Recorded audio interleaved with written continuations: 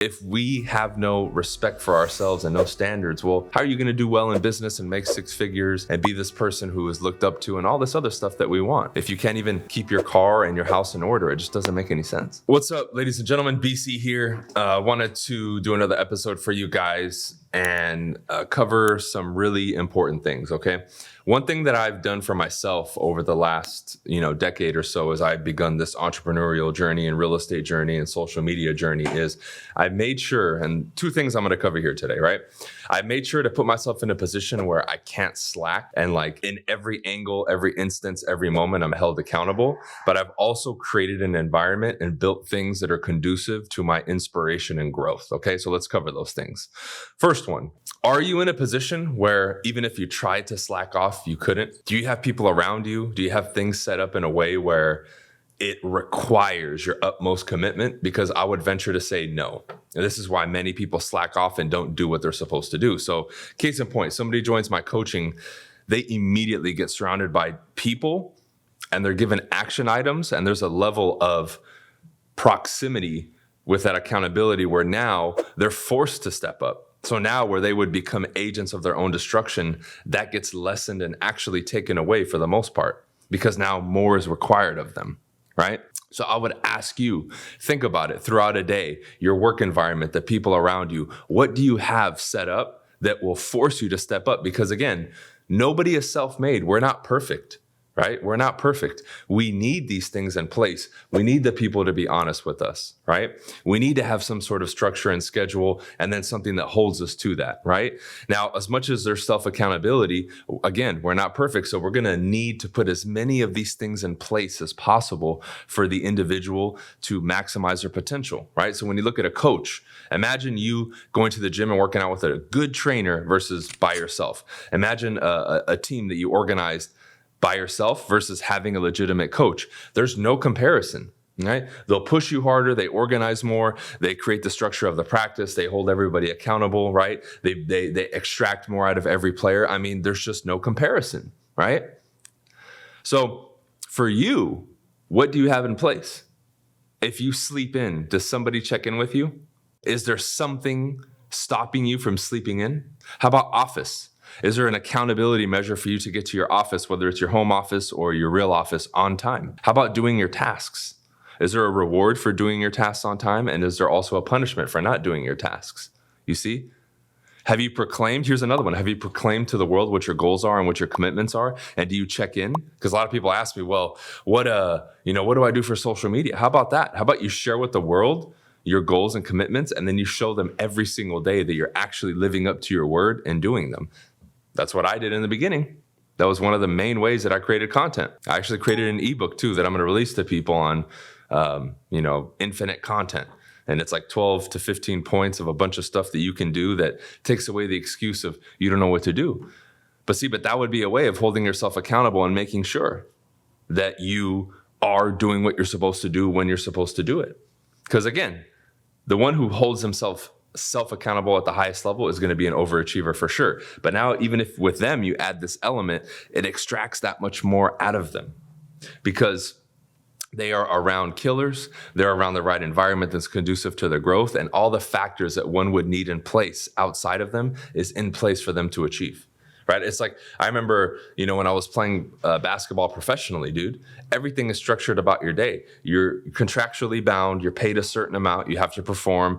We have the morning, sessions, the afternoon practices, the meals, the team meetings. I mean, again, that structure is in place to maximize the potential, the talent, and everything from the players and the team. We can't just show up like, oh yeah, we're going to play today and practice and leave whenever you want. No, dude, no. But that's why we do so well. And that's why you maximize the potential of the person. And that's why the team performs at the level that it does or not at the level that it does, because the one who had more discipline and more structure is going to do better. Okay? It's as simple as that. So this is where, and this is the key, I'll wrap up this first point. This has to be introduced by you. You're going to have to put these things in place, pay for them, fight for them, and do whatever it takes to add these things, because it's not just going to be handed to you. And I think this is a key point, because a lot of people take what they can get and, it's the easy route, what's available to me. No, you got to find the best, and you got to put these things in place, dude. That means a lot of time, energy, resources, money, and all these things you have to put in. But again, it's for a reason.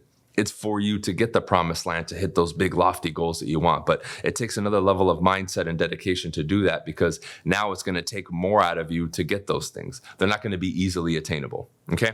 Now, the second point that I made, that I brought up earlier, is your environment conducive to what you want to do? Man, I look at everything where I live now. Right?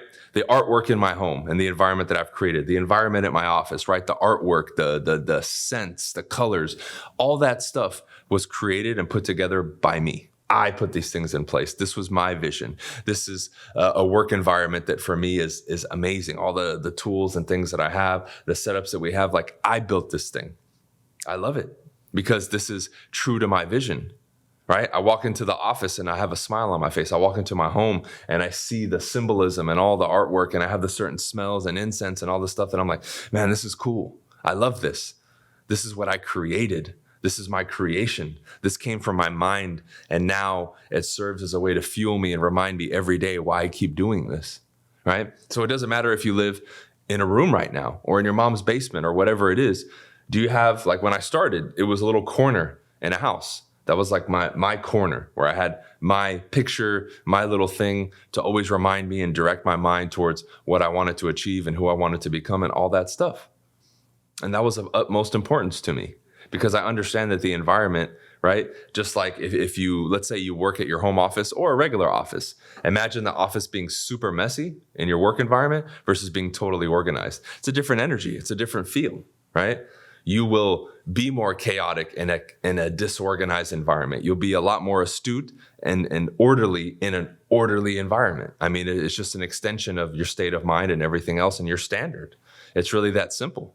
So even today, right? Later today, when I get home after my afternoon appointment, I'm probably going to go do another deep cleaning of my house and move some stuff around some more and really take that organization up to the next level. And it's something that I do every week, right? And you always have to upkeep it. Because my house in general right now is very orderly, but I can put it up another notch. So I'm going to organize it even more, right?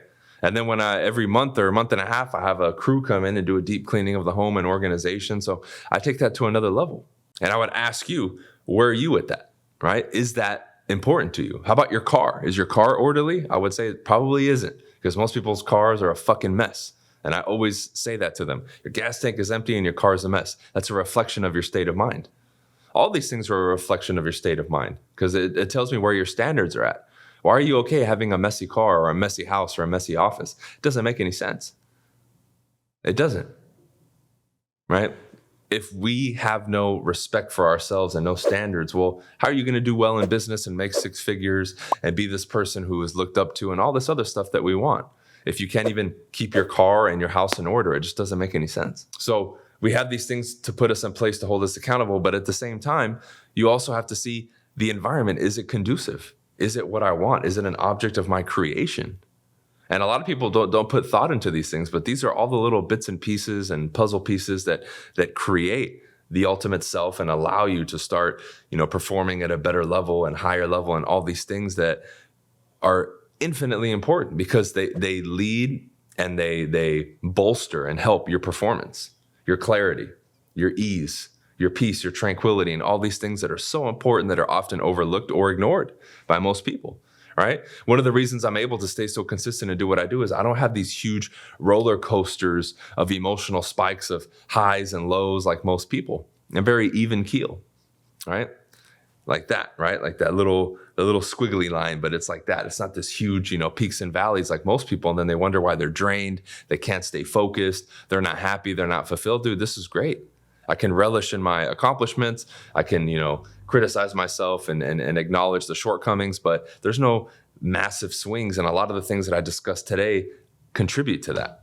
That's why I can be a lot more calm and not worry about particular things and not overconflate things and all these other, issues that people deal with. Because from that emotional standpoint, I'm good.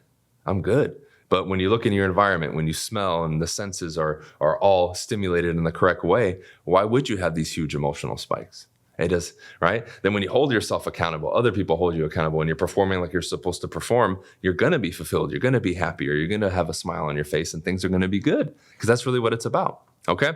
So I wanted to to do this short episode with you guys about this because it's so important, right? Your environment, and then what things, people, and items and everything else do you have in place to hold you accountable, to force you to step up, to raise your standard and raise your game. Because when you start to have these things, man, it's a beautiful thing, because you'll begin to thank all that pressure, and you'll begin to thank all the people that you've put in place to help you take it to that next level, because that's what's required, right?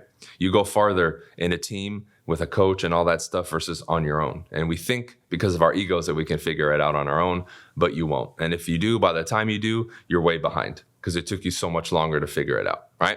All right, that's it for this one, guys. Check out the events at teambcevents.com, bryancasella.com for all the courses and coaching that you would need. If you want to talk to me about real brokerage, click the link below and schedule a call. Other than that, we'll see you guys. Peace.